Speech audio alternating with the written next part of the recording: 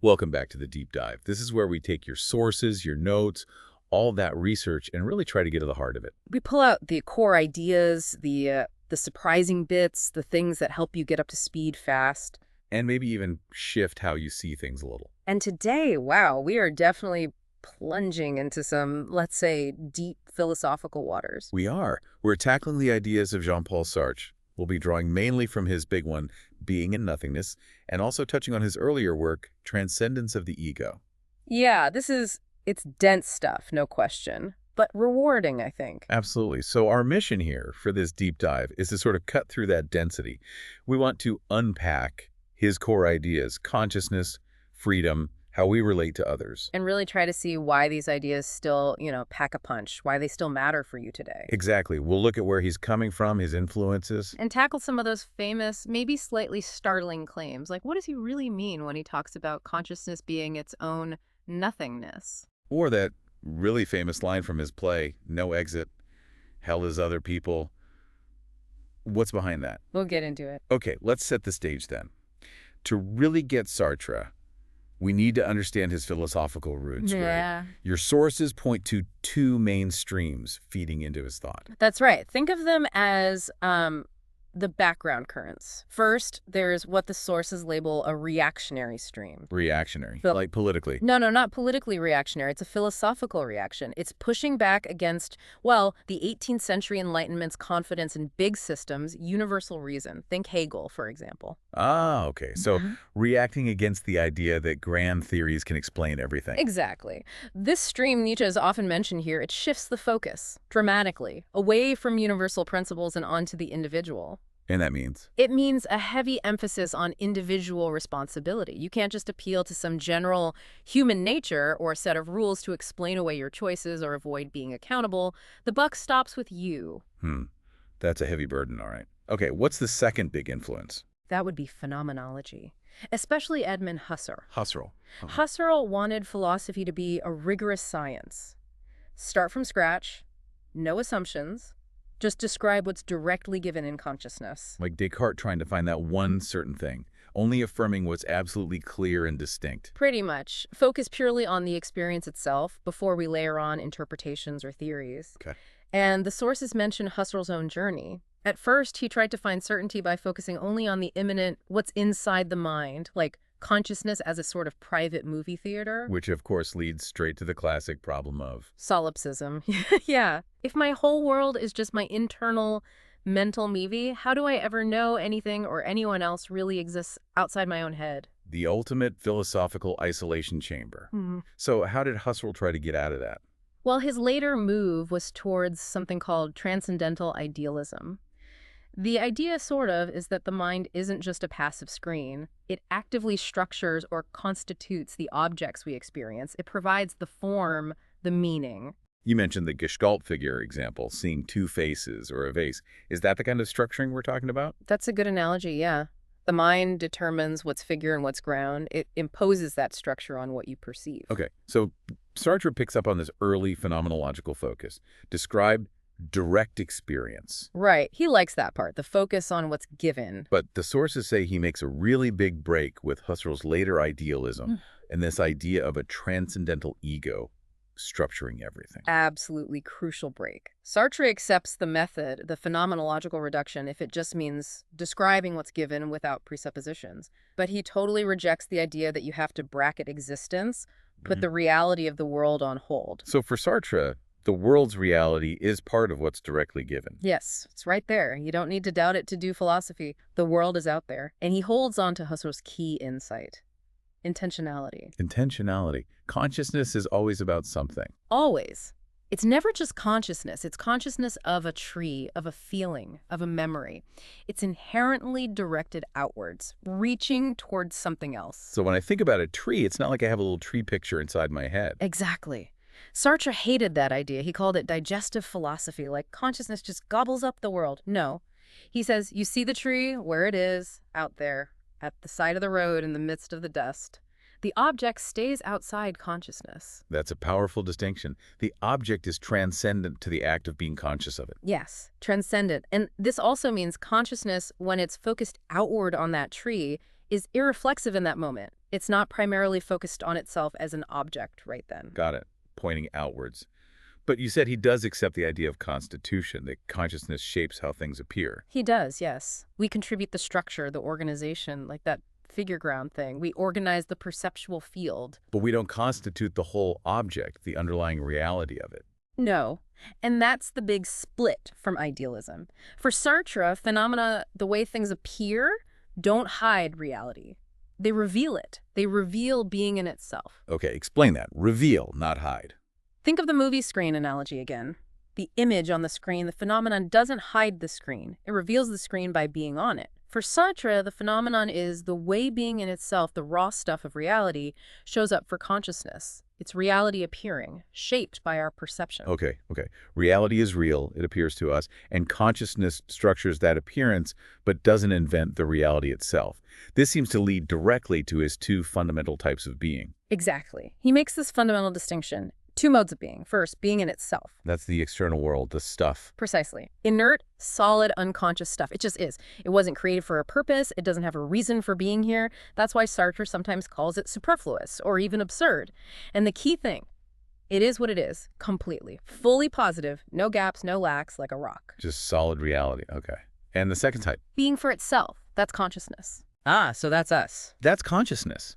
And unlike the in itself, it's not static, not a thing, it's dynamic, it's activity, process, like an event. It depends on the in itself because it has to be conscious of something, but it doesn't arise from it causally. It's fundamentally different. So consciousness isn't just a byproduct of the physical brain, in his view. It's a different kind of being. That's his ontological claim, yes. Like you. And here's where it gets, well, really interesting and maybe a bit weird. Sartre's description of the for itself, he says, it is not what it is and is what it is not. Hold on. That sounds like just a straight up contradiction. It absolutely is. And he knows it. He basically says, yeah, logic tells us not is contradictory, thanks Parmenides. But guess what? Reality, specifically consciousness, is contradictory. This paradoxical phrase means consciousness is shot through with nothingness, non-being. Consciousness is its own nothingness. I'm still struggling with what that means practically. It's central. It doesn't mean consciousness is empty. It means it's defined by a lack, a distance from itself, a non-coincidence. It's never a fixed, solid thing like the rock. Think of it as the gap between what you are right now and what you were a moment ago, or what you project yourself to be in the future, or the gap between your awareness and the object of your awareness. That gap, that nothingness, is internal to consciousness. And that's what makes it dynamic, fluid. Exactly. And crucially, it's the basis for freedom. Because if you're not a fixed thing, if you are not what you are, your past, your label, your situation, and you are what you are not, your possibilities, your future, then you're constantly having to choose to make yourself. You're not predetermined. Okay, wow. That's a lot to chew on. So it in itself, solid, complete is what it is, for itself. Yeah. Dynamic, incomplete, defined by this internal nothingness or lack, which is the source of freedom. How does this play out in our actual experience? Good question. This brings us to how Sartre sees consciousness actually working. He distinguishes between non-reflective consciousness. That's when you're just absorbed in something. Right. Totally absorbed. You're chasing a bus, reading a book, playing music. Your focus is entirely outward on the object or the action. There's no explicit I or me being thought about in that moment. Okay. And the other kind is reflective consciousness. Yes. That's when you turn your attention back onto your own consciousness or yourself. You think about the fact you are chasing the bus, or you analyze your feelings. When you do that, an I, an ego appears. But it appears as an object for your reflecting consciousness. It's not the consciousness itself. So the ego, the sense of me, isn't some core thing driving the show from behind. It's more like something that appears when we look for it in reflection. That's Sartre's point. It's a product, an object of reflection, not the source of consciousness. And this connects to another vital idea. Every act of consciousness, even the non-reflective kind, has two sides simultaneously. It's positional consciousness of an object, the bus. Focused on the bus. And it's non-positional consciousness of itself. Non-positional consciousness. Okay, break that down. Sometimes he writes it like consciousness of itself, with parentheses to show it's different. It's not like being conscious of the bus as an object. It's a kind of background peripheral awareness that you are the one doing the seeing, the chasing. It's not the focus, but it's there. Like you always have a sense of your own body being there, even if you're not actively thinking about your feet. A background awareness. That's a decent analogy. A background hum of self-awareness that accompanies all conscious acts. And for Sartre, this non-positional self-awareness is essential.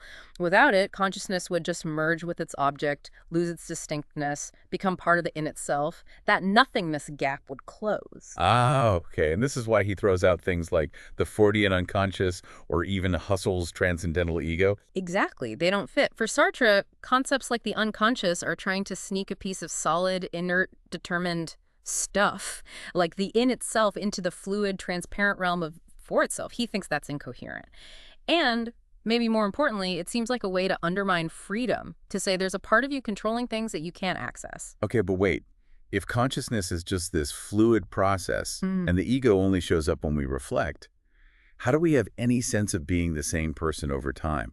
My memories, my habits, my personality, they feel pretty stable, pretty me. That's a really sharp question, and Sartre's answer is, well, challenging.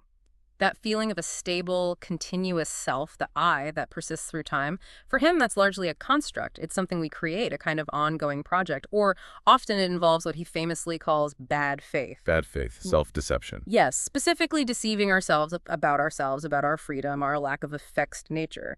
Sartre looked at standard explanations like Freud's idea of repression and found them problematic. They seem to require one part of the mind knowing the truth and actively hiding it from another part. How does that work? How can you be both the deceiver and the deceived simultaneously? Good point. So how does Sartre think bad faith does work? He argues it happens in that slippery space between positional consciousness, what you focus on and affirm, and non-positional consciousness, that background awareness. Remember Stekel's frigid woman example? Vaguely. Remind me. Okay, so positionally consciously, she believes she feels no pleasure. That's her affirmed belief. But Sartre suggests non-positionally, she is aware of the sensations she's denying. Bad faith operates by consciously affirming something while being non-positionally aware of its falsity. Like those parents of soldiers missing in action who just knew their sons were alive. Perfect example from the sources. They weren't getting secret messages. They were actively, consciously working themselves up into that belief. And non-positionally, they're aware of the effort involved, aware the evidence isn't really there, aware they could be wrong. But they force the positional belief. That strain, that effort, is the sign of bad faith. And the waiter. The famous waiter example. Yes. The waiter who isn't just being a waiter, he's consciously playing the role of a waiter. His movements are a bit too precise, a bit too waiterish. Why is he doing that? He's trying to become a thing. He's trying to capture the solidity, the fixedness, the definition of the being in itself. He wants the security of just being what he is, a waiter. He's trying to escape his freedom, his contingency, the fact that he isn't just a waiter, that he's not what he is. So he's trying to flee from his freedom by locking himself into a role, treating himself like an object. Precisely. And Sartre thinks this reveals a deep, perhaps the fundamental human desire, the impossible project of trying to fuse the stability of the in itself with the awareness of the for itself, the desire to be God. Bad faith is how we often try to achieve this, by denying our freedom, pretending we're fixed objects or defined purely by our roles. Wow. So escaping bad faith means facing that freedom head on. Pretty much. Authenticity, for Sartre, means recognizing and embracing this freedom, this lack of a predetermined essence. It involves rejecting what he calls the spirit of seriousness. The spirit of seriousness, what's that? That's the view that values are objective things out there in the world, absolute demands placed upon us, like believing being a good employee or being patriotic are inherent objective values we must follow. Authenticity means realizing we are the source of values through our choices. There are no external guidelines, no cosmic rulebook. We're ethically on our own. Okay, that connects bad faith and freedom right into ethics and how we choose to live. Let's shift slightly. Yeah. How does he apply this whole framework to something like emotions? Right, emotions. He looks at existing theories. You've got the intellectual ones, basically. We feel sad, therefore we cry. The feeling causes the expression. Makes sense. Then you've got the peripheric theories, like William James famously argued, we are crying, therefore we feel sad. The bodily reaction is the emotion, or causes it. Modern behaviorism leans this way too. Okay, two opposing views. Does Sartre pick a side? He critiques both, actually. And he looks at others, like Janet, who saw emotions as sort of breakdown behaviors when we're thwarted, or Dimbo, who talked about tension breaking down structure. Sartre thinks they all miss something crucial. Which is? Intentionality. Just like consciousness itself, emotions for Sartre are intentional. They are directed towards the world. They are consciousness of a situation, a way of engaging with it. Okay, so emotions aren't just internal states or physical reactions. They're ways of relating to the world. What's his theory then? He sees emotions as a kind of transformation of the world, a specific way of being in the world. He sets up another one of his sharp dichotomies here. There's the normal way we interact with the world. Yeah. The deterministic mode. We use tools. We figure out cause and effect. We take steps to achieve goals. Standard problem solving. Okay. And then there's the magical mode. Magical. How are emotions magical? He argues that emotions are a magical transformation. When the deterministic path is blocked, the goal seems impossible or too hard, or maybe we just don't want to take the necessary steps consciousness can try to change the world, or rather its perception of the world, magically, symbolically, instead of acting on it deterministically. Give me an example. Okay, say you're facing a really difficult task. The deterministic path is hard work, planning, effort. If that feels overwhelming, you might fall into despair. The emotion of despair magically transforms the world in your perception. Suddenly, the task seems absolutely impossible. The world itself seems hostile to your efforts. This perceived transformation justifies giving up, not taking the deterministic action. So I feel fear, and the scary thing seems instantly closer or more threatening than it rationally is, justifying my running away instead of facing it. Exactly. Or fainting from shock, it magically annihilates the difficult situation you can't otherwise escape. The emotion changes the felt quality of the world to match an inability or unwillingness to act effectively within it. It's consciousness trying to cope by altering perception when direct action fails or seems too costly. It's another stark dichotomy: deterministic action versus magical transformation. That's a really different way of thinking about emotions, not just feelings, but actions. Magical actions on our perception of the world. Okay, staying with these fundamental structures, what about time? How does time fit into this being for itself? Well, for Sartre, time isn't an external container, like a river we're floating in. And it's not just a string of separate now moments. Time is real, it flows, precisely because consciousness, the fourth state, exists temporally. Its structure is time. What about its structure creates time? It's that tension again, the tension between facticity and transcendence. Okay, remind me of those. Facticity is all the brute facts about you. Your past, your body, your situation, where you were born. The stuff that's just given, like the inertness of the in itself. It's the anchor in the past. Got it. The fixed stuff. And transcendence is your ability to go beyond that facticity. You're projecting towards the future, your possibilities, your freedom, the fact that you are not reducible to your past or your situation. So facticity is looking back, transcendence is reaching forward. You could put it that way. Consciousness is unique because it's both burdened by its facticity and constantly leaping beyond it towards a future it chooses, transcendence. This constant interplay being rooted in a was while projecting towards a will be. This is the structure of temporality for Sartre. It generates the flow of past, present, future. And what about possibility? Is that just in our heads? No, Sartre grounds possibility in the actual world, too. Yeah. It's not just some abstract what if. It's more like a potential inherent in the present situation. Remember the cube example. Seeing three sides gives you a concrete possibility, a promise of seeing the other sides. That possibility is tied to the actual cube. It's a feature of the world as experienced by a being capable of transcendence. Okay, possibility is real, embedded in the actual. Right. We've covered the self, bad faith, emotions, time. But a massive part of Sartre's work, especially being and nothingness, deals with other people.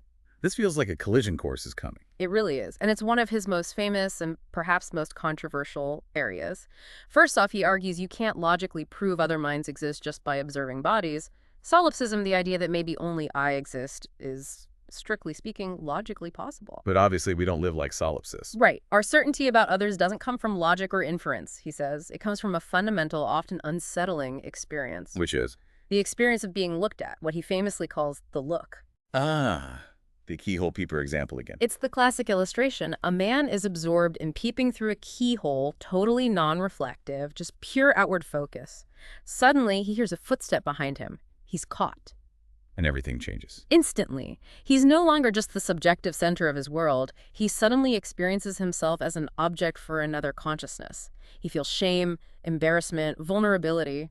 This feeling isn't him reflecting on himself, it's the direct, visceral impact of being seen, being evaluated by another. That is the primary encounter with the other. This is what he calls being for others. So my gut certainty that you're conscious comes not from reasoning about your behavior, but from moments where I feel myself become an object under your gaze, through feelings like shame or pride or maybe fear of judgment. That's Sartre's radical claim, yes. Right. The most fundamental contact isn't intellectual. It's this affective, embodied experience of being objectified by the look. And this look, Yeah. it defines me. In a way, yes. The other's look turns me into an object with definite qualities. It fixes my being, gives me an outside that I, as a fluid for itself, can never fully grasp or create for myself. And here's the twist.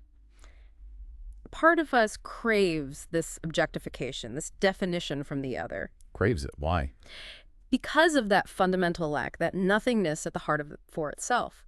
We lack a fixed essence, so we look to the other to provide it, to confirm our reality, to make us feel solid. It's tied back, again, to that deep, futile desire to be something fixed and defined, like the Enas in itself, to be God. But surely being objectified and defined by someone else is also limiting, threatening. Absolutely. You crave their validation, but you also resent their power to define you however they choose. You resent their freedom to see you as they will, to potentially misunderstand or misjudge you. And this creates the fundamental struggle in interpersonal relations for Sartre. Okay, let me see if I get this. I need the other to be a free subject so their validation of me actually means something. Right. A robot's praise isn't worth much. But I don't want them to be so free that they can define me in ways I don't like, or judge me negatively, or essentially escape the role I want them to play in confirming my being. You've nailed it. It's an unwinnable conflict. I want to possess the other's freedom, so they freely choose to validate me, but freedom by definition cannot be possessed without destroying it. And this is the hell is other people situation. Right. This constant, irresolvable tension. That's the philosophical core of it, yes. It's not necessarily that people are nasty, though they can be. It's that the very structure of being for others, this dynamic of needing the free other, while simultaneously trying to control or escape their freedom, leads to inevitable conflict, objectification, and struggle. It's built into the system, as Sartre sees it. This is a pretty bleak picture of human connection. So. So given this framework, the slippery self, bad faith, the struggle with others, how does Sartre think we can understand ourselves better or find meaning? Well, this leads him to propose his own kind of psychoanalysis, which he calls existential psychoanalysis. He's critical of traditional Freudian psychoanalysis. He thinks it tries too hard to reduce unique individuals to universal deterministic principles or complexes, like explaining a complex life like Flaubert's entirely through some generic childhood trauma or drive. He feels it misses the individual's freedom and uniqueness. So existential psychoanalysis focuses more on the individual's specific path. Exactly. It doesn't look for hidden universal causes behind the person. Instead, it seeks to uncover the person's original project. Original project. Yeah, it's the fundamental, unique, often pre-reflective choice of being that gives overall meaning and direction to all of that individual's actions, desires, and ways of seeing the world. It's like asking, what is this person fundamentally up to? What are they trying to be in the world? Trying to find the underlying theme or goal that ties together all the different things someone does. Kind of, yes. But it's a chosen project, even if not always consciously articulated. And while each project is unique, Sartre believes they all share an underlying structure. Let me guess. Trying to be God. You got it. That futile attempt to bridge the gap, to become a being that is both fully conscious for itself and fully solid and self-contained in itself, that impossible synthesis is, he thinks, the hidden structure driving most human projects. So the specific way I try to be God is my unique project, but the attempt itself is sort of universal. That's the idea. And notice the direction of explanation is reversed from traditional science. Usually, general laws explain particular cases. Here, Sartre says, you understand the particular original project first. The generalization that all projects seem structured as attempts to be God comes from observing these particulars. It's not a prior law causing them. The particular illuminates the general. Interesting. Right. And this whole approach, understanding your project, inevitably leads back to challenging that spirit of seriousness, to realizing that the values embedded in your project are chosen, not imposed from outside. Which brings us back towards authenticity again. Is there a way to choose a project that isn't just this futile attempt to be God? Can we be authentic within this system? That's the big, hopeful, yet perhaps elusive question Sartre leaves us with. The sources suggest authenticity might involve consciously rejecting that project of trying to be God. In choosing what instead? Perhaps choosing freedom itself as the highest value. Embracing the lack, the contingency, the distance from ourselves, rather than trying to escape it. Fully acknowledging we have no fixed essence and taking responsibility for the choices that creates us moment by moment. Like the runner analogy you mentioned earlier. Exactly. The runner who stops running just to achieve the impossible fixed goal of being the winner, like being God, and instead embraces the process of running itself, the effort, the striving, the freedom expressed in the running. Authenticity might be like choosing the choosing, valuing the freedom as freedom, rather than aiming for an impossible state of being. It's more a direction than a destination, perhaps, a challenging, ongoing commitment. Wow. Okay, that was definitely a deep dive. We've gone from his roots in phenomenology. Through his core concepts, the unaware itself, the for itself, that crucial idea of nothingness. Looked at bad faith, how we deceive ourselves about our freedom, his unique take on emotions as magical transformations. How time itself arises from our structure as beings caught between facticity and transcendence. And then that intense analysis of the look, being for others, and the inherent struggle in our relationships. Leading finally to existential psychoanalysis, the search for the original project, and that glimmer of authenticity found in embracing freedom itself rather than fleeing it. Sartre paints a picture of a universe where we're thrown into existence first, then define ourselves through choices. Existence precedes essence, where, as he famously said, condemned to be free. Yeah, it's a demanding philosophy, no easy answers, no external props, just contingency, choice, responsibility, and that constant, often difficult negotiation with the freedom of others. Definitely challenging, but it speaks to something profound about the human condition, doesn't it? That feeling of being undefined, the weight of choice, the complexities of relating to others. It certainly resonates, even if you don't agree with all of it. So here's a final thought to leave you with, something to mull over. If Sartre is right, or even partly right, that our core encounter with others often involves objectification through their gaze, and our attempts to escape freedom via bad faith are ultimately doomed. Does this mean conflict and struggle are just the bedrock reality of human connection? Or could embracing our own freedom, achieving some kind of authenticity, actually open up a different, maybe less conflict-ridden way to relate to the freedom of others, even within this challenging framework? Is authentic connection possible, or is hell truly, inevitably, other people?